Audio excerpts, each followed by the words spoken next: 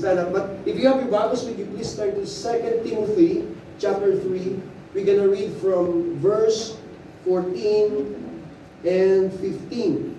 2 Timothy chapter 3, 14 and 15. We have a big Bible here, by the way, for those of you who did not bring your Bible. All right.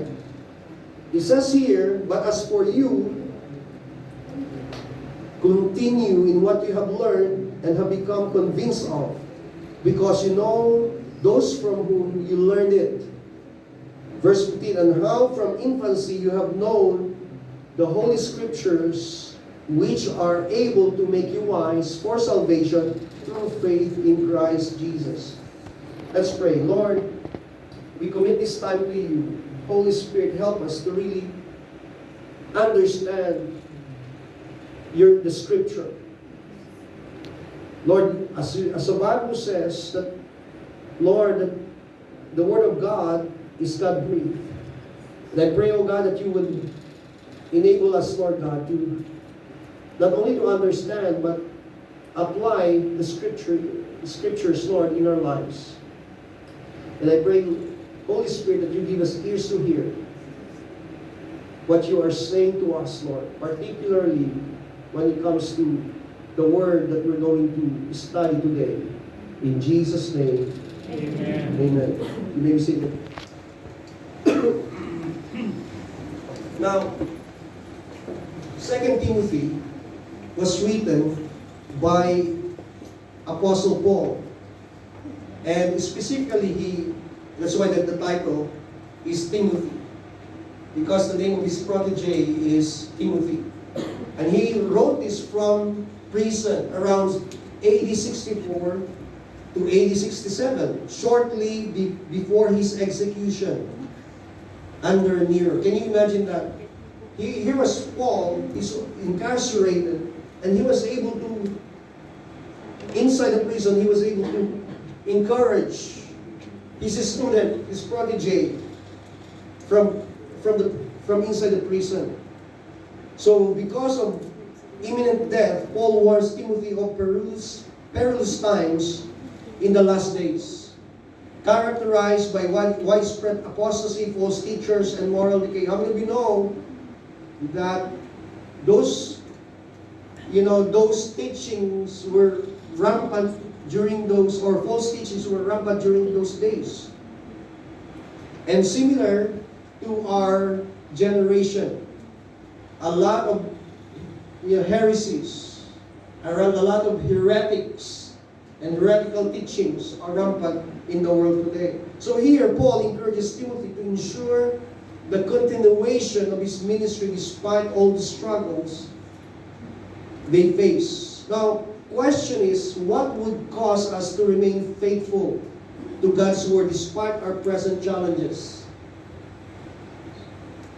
What would bring us stability, and be faithful to God's Word despite or amidst the pressures that's coming from the world today? And what should we do to properly understand the Bible and not depart from it? Because again, like what I've said in the past, that we are in a battle. How many of you realize that? Yes. We are in a war.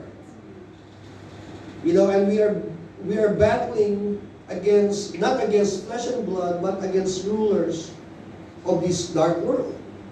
And so you've got to prepare.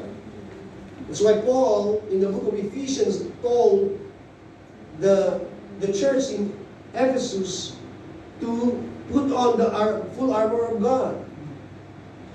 Be ready. In other words, you've got to, because we are in a battle. And also because we are, especially in a generation where there are so much noise out there.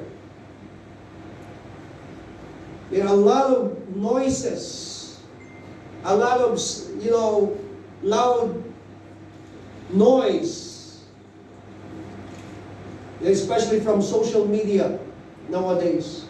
But if you are not careful, you are not ready, you will get easily swayed by the world. Amen? So that's the reason why we've got to be prepared as people of God. Now, there are three key words that I would like to highlight this morning as we go back to verse 14. 2 Timothy 3:14. The first one is the word continue. Everybody say continue. Continue. So here, Paul told Timothy to continue in what he learned. As Christian life is a continuous journey. Everybody say journey. Journey. So we are in a journey. We are in a spiritual journey. What kind of journey? Is it always a smooth one? Of course not. Journey with a lot of humps and bumps. Long and winding road. It's like we're traveling in a place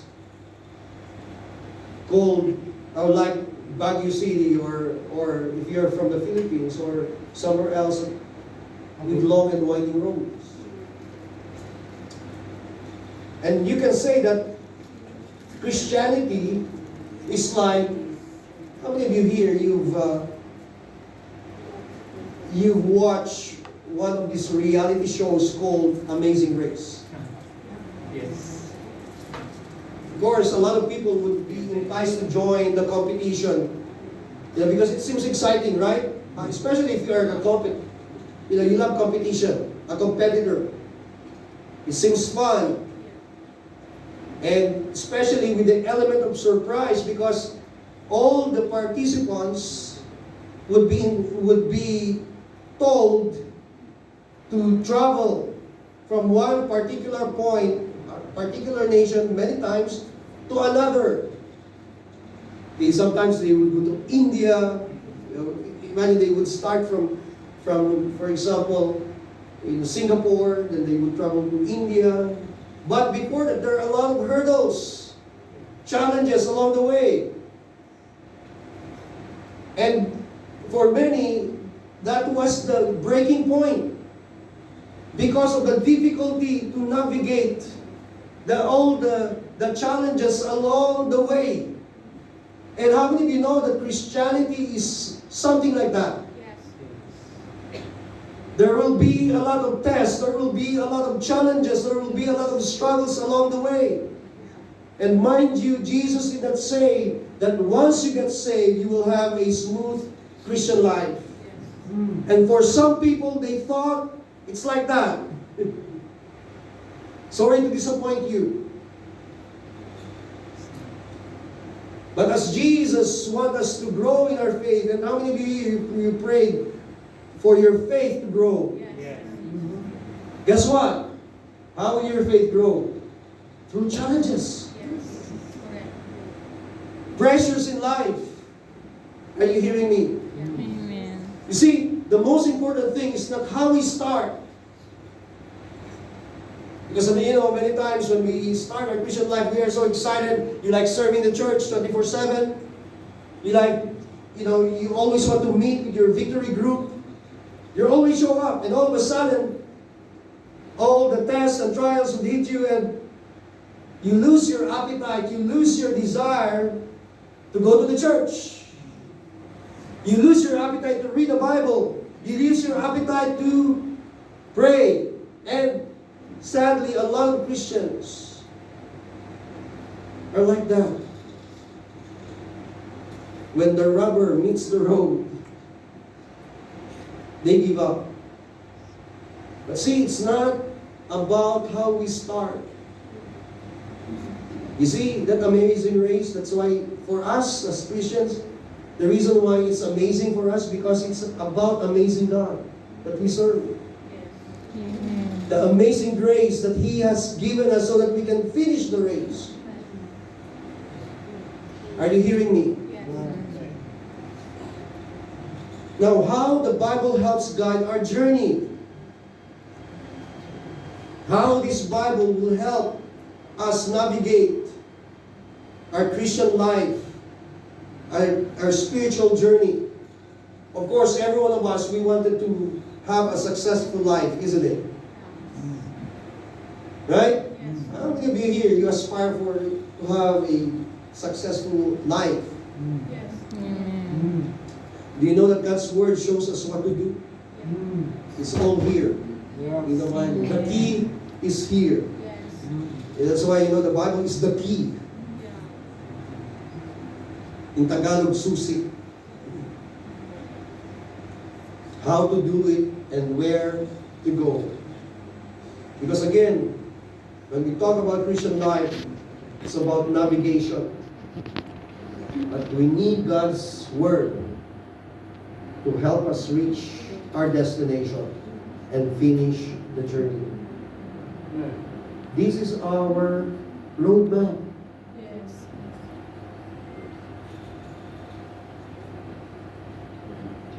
I was invited.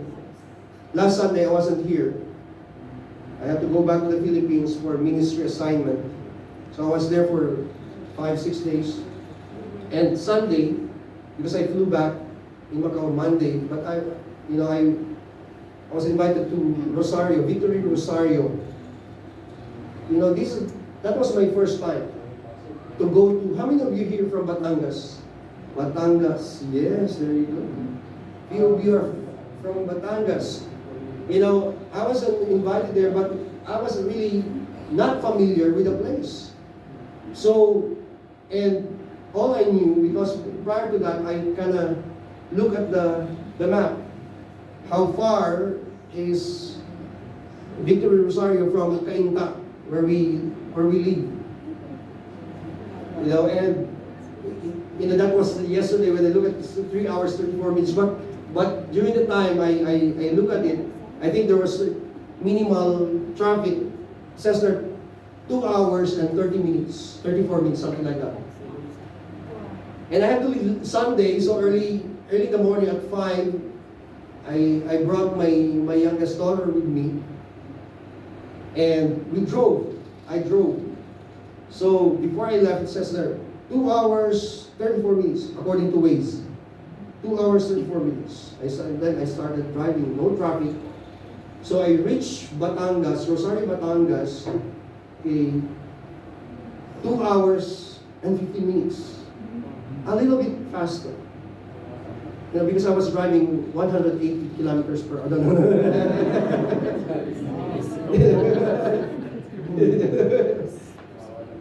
I just followed Waze, and again, it took me where I wanted to go, exactly. And I didn't, of course, even though at first I was kind of concerned because it was my first time that I might get lost. But then again, I trusted Waze to be able to help navigate for us to reach the destination. How many of you realize that we have the best navigator? Amen. Amen? Amen. We have the Bible. You see, when we seriously rely on the Scripture, it will not disappoint you. It will not disappoint us. Rather, it will always point us to the right direction. Do you have a problem with your relationship with your spouse? What do you need to do? You've got to get into the Word. You have a problem with your children. The solution is here. Are you hearing me? Amen. With your finances. I tell you what, every area of our lives, we have the answer from this book. That's why we've got to love the Bible. Amen? Look at what the Bible says here in Deuteronomy chapter 30, verse 15 and 16. Verse 15 says, see. Now the person next to you, see.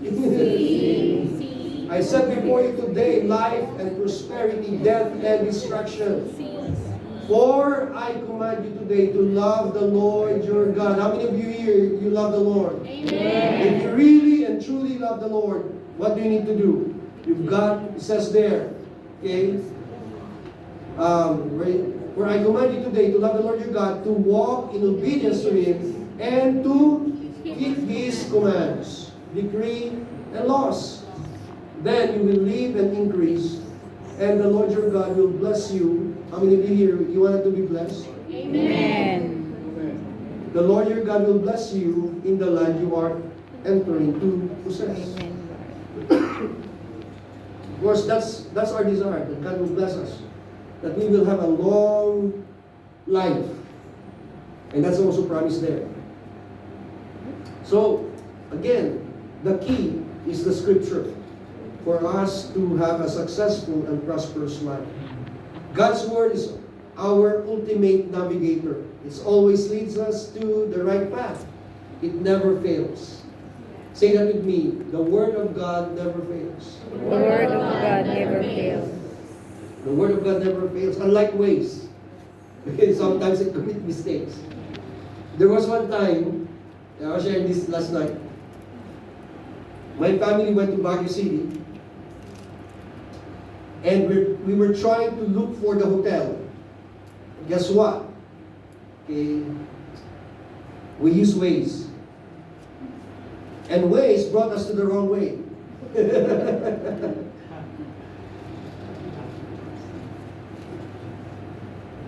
You know, our car almost fell to a cliff because Waze brought us in the edge of a cliff. Dead end. And we learned a lesson. Better subscribe to the Bible.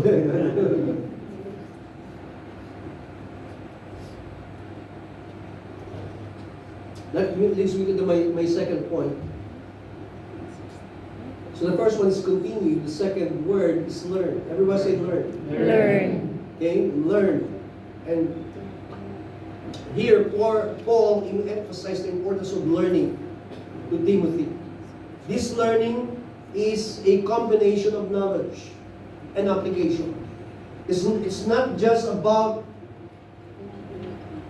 what you get and deposit here in your brain or in your mind. Because a lot of people, their head is already big, okay, but their heart is still small.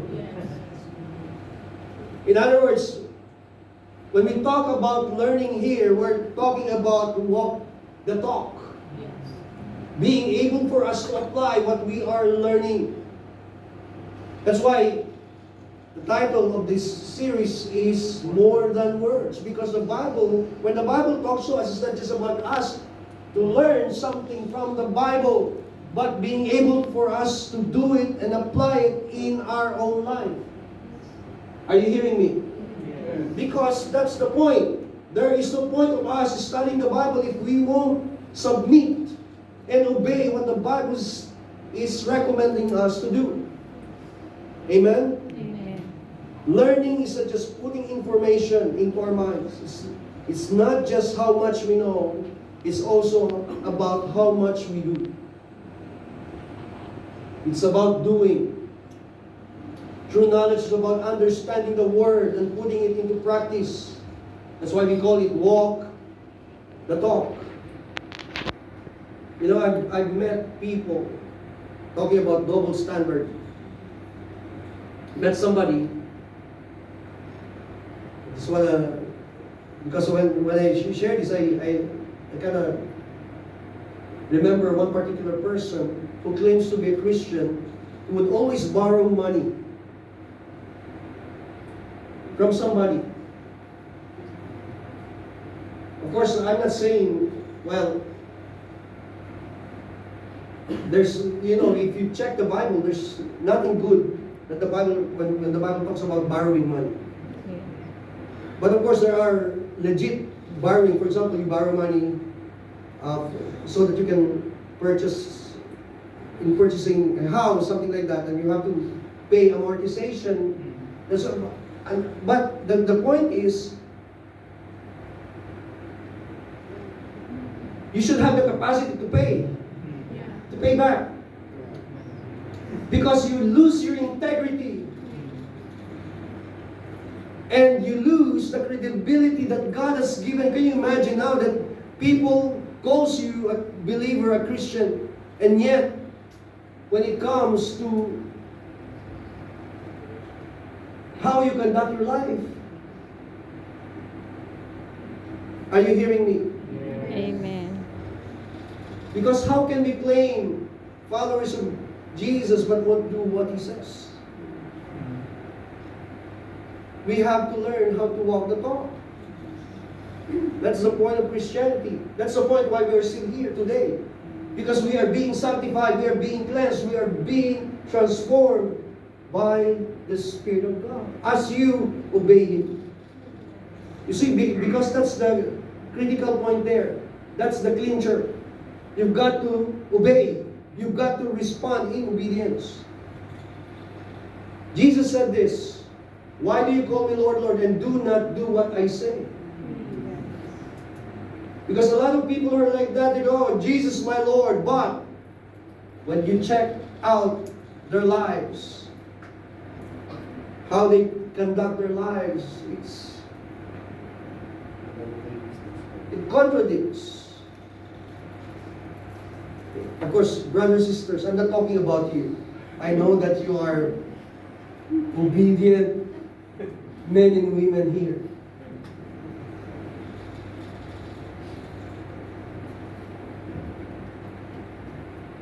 So that's the problem of many Christians today. Not you, but of course I'm talking about other people. They lack understanding about spiritual matters, so therefore there's nothing to apply. So why we need to be guided by the Scriptures in the first place? Because when we talk about the Word of God, God's Word is not empty words. The Bible has power to change or transform. You see, every page leads us to a relationship. From this book, when you check the book, it points us to the person of Jesus. That's the main idea. Why, first and foremost, we study the Bible is because we want to know Jesus better. We want to have a deeper relationship with Him. You see, that's my priority. My ultimate agenda is I want to know Jesus better. I want to know my God better.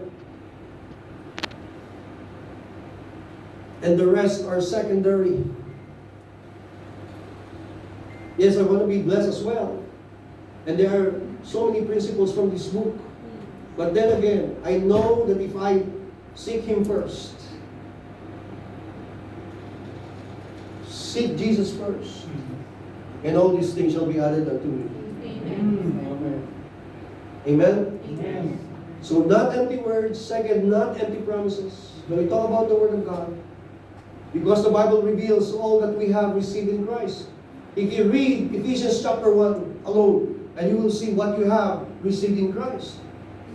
It's stated there. All the blessings. Meditate on it. Check it out. And you will begin to realize, man, I am so blessed because God already has spoken to me about what I received in Christ through His Word. And it contains the benefits of obedience. And third, not empty commands. God's Word sets the parameters and boundaries to protect us. And sometimes that's something that we do not like. Oh, why would the Bible say to us, do not do this and do not do... You see the reason why? Because God wants to protect you. And many people today, they would say, oh, I want borderless Christianity. Borderless Christianity means I want to do what I want to do. You know what? That's the motto of Satan in his church. Whatever you like. No boundaries. But here, God gives us His commands because He wants to protect us. To protect you. so that you will not fall away, so that you will not stray away from Him. Are you hearing me, brothers and sisters? Amen.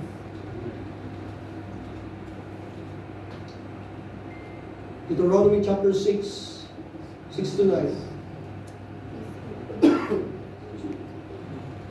These commandments that I give you today are to be on your hearts.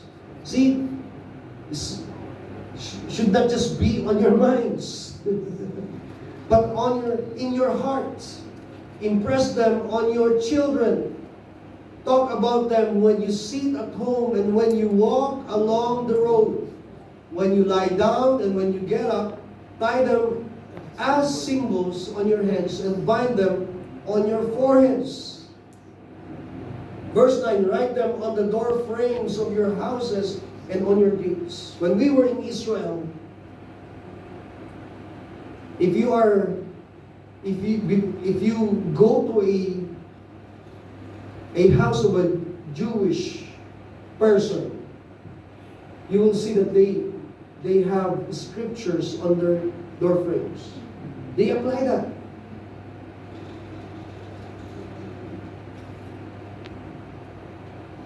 That's how, when you think about it, man,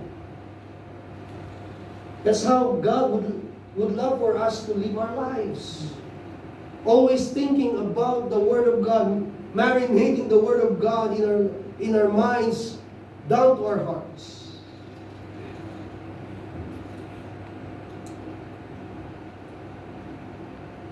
And you see, the Scripture is the very reason we succeed as Christians. Without it, we end up lost and miserable. Therefore, we must do everything to ponder it, read it, learn from it, and apply it always in our lives. And here's my third and last point. The word convinced or convinced. Paul acknowledges the impact of God's word that brought change in Timothy's life. It's when the word has become our standard that shape our belief system. Now, when we talk about convinced, that means when our belief system is shaped by the word. I hope that you're already convinced or convinced enough when it comes to the Word of God. You're convinced enough that Jesus is Lord. You see, if this basic teaching is not yet engraved in your heart, you will be easily swayed by the other religion. So, brothers and sisters, first and foremost, you've got to have that in your heart. Settle that in your heart first. Jesus is Lord.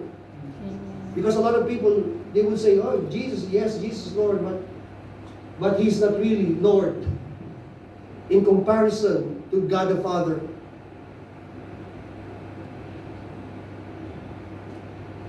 So they're making Jesus less God. And that's the reason why we've got to study the Word of God for us to really know who He really is. As God, our Savior, and as God, our Lord.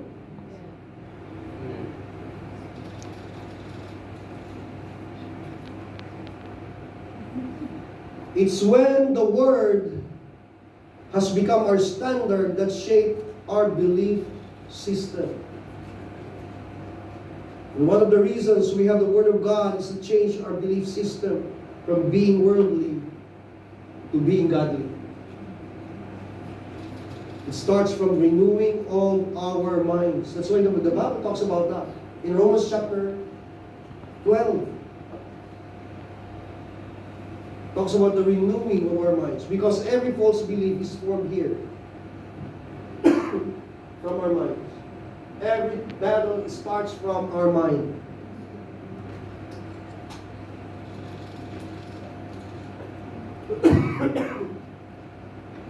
Are you hearing me? Yes. And that's why a lot of people, they still struggle. Because there are a lot of false beliefs that needed to be torn down first. And the only way for us to survive, and the only way for you to overcome those false beliefs is again through the Word of God, through the Scripture. Look at Romans chapter 8, verse 7. It says here, the mind governed by the flesh, or we call that carnal mind, is hostile to God. It does not submit to God's law, nor can it do so. Those who are in the realm of the flesh cannot please God.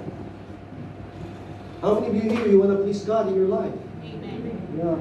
You've got to win the battle here first. Yes. Because if here you're already defeated, you won't be able to move on in your Christian life. Even if we always encourage you, oh, God has a purpose and He has a plan for you. You have so much potential. Even if you hear a lot of good things about yourself from somebody else, but if there's a problem with your belief system, you still embrace false beliefs, I tell you what, you will be able to, maximize your life, your full potential rather. Because again, the battle is here. And that's the reason why we must continue our spiritual journey by consistently learning from the Scripture until we are convinced and changed by it. Let the Word of God change you. From here to your heart, let God really transform you. That's why Jesus said, this is the greatest commandment. What is the greatest commandment? How many of you still remember that? Love the Lord your God with all your heart, with all your mind. Because, in other words, everything, the most important parts of our being should be loving the Lord. You cannot dedicate your life by just saying, oh, I love God through my brain. Only. Loving God, that means to say with all your mind, with all your heart, with all your soul and strength.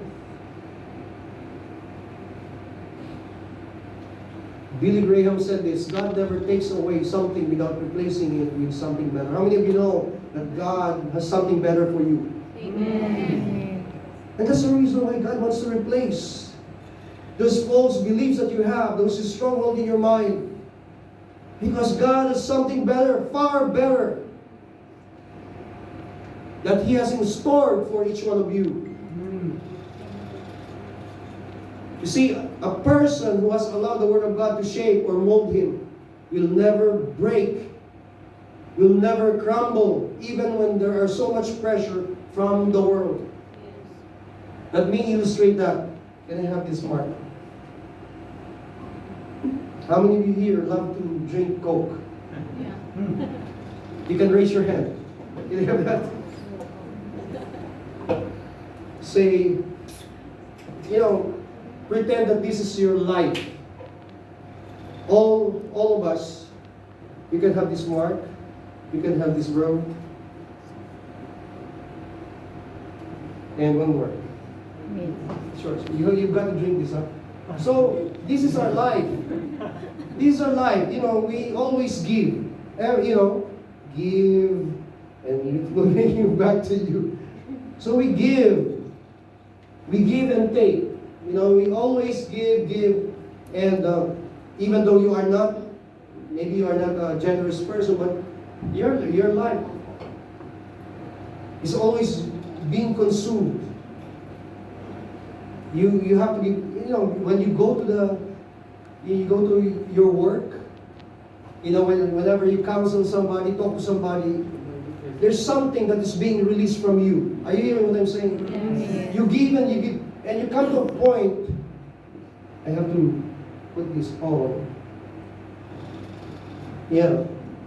I distributed my life. You know? And until to a point that you are already empty. Yes. Yeah. See, if your life is empty and you are not being replenished by the Word of God, what will happen to you? You just allow people to take and take and take from you. And you just give and give and give. And you haven't replenished yourself by the Word of God. When pressures come, what will happen to you? You will crumble. Just like that. You will collapse. Because you have given everything. You have consumed everything. But if you are a person who is wise, like what we have talked about the first Sunday, you are wise because what you do, you replenish yourself by the Word of God. So you're always full, even though you give and give, but you are being replenished by the Word of God. You see, nothing will happen. Yeah. Even when there's so much pressure and challenges that you have to navigate in your life, you will not give in Yes. to any pressure. Hallelujah.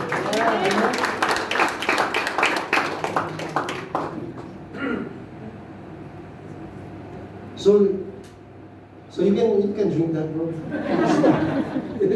Drink, drink, drink. Give it to somebody else.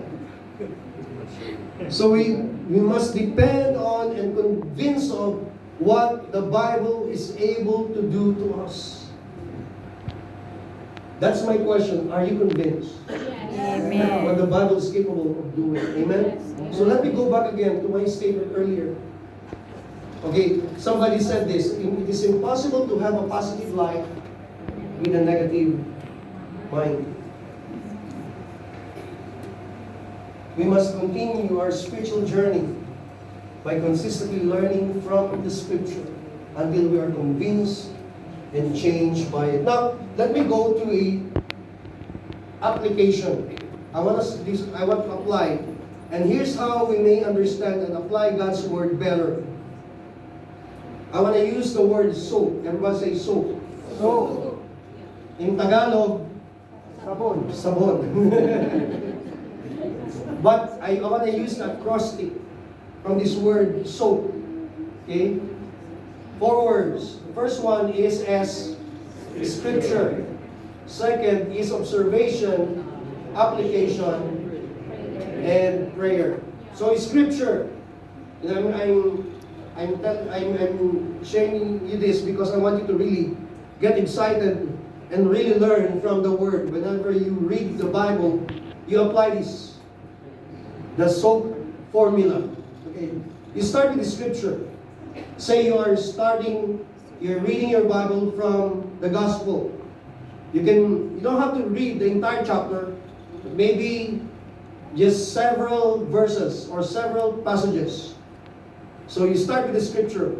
Then, the observation part is when you reflect on the verses and ask questions. You better ask. You have to engage the Bible. Okay? Don't just observe. Ask questions like this. What does this passage mean?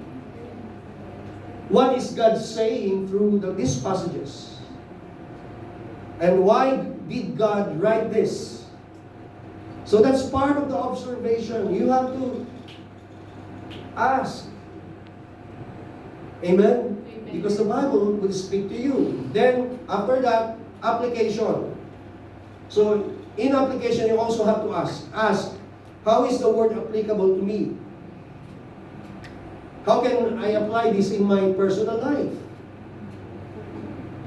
What is it for me? What action you need to take, that I need to take? So that's how you engage the Bible. Then the last one is prayer. Where you pray that and ask God to help you apply the very Word of God that you learn in your daily life. That is soap. So in other words, every day you have to apply soap. in your body. Don't forget, all right? So let me end my sermon. John chapter 8, 31 and 32.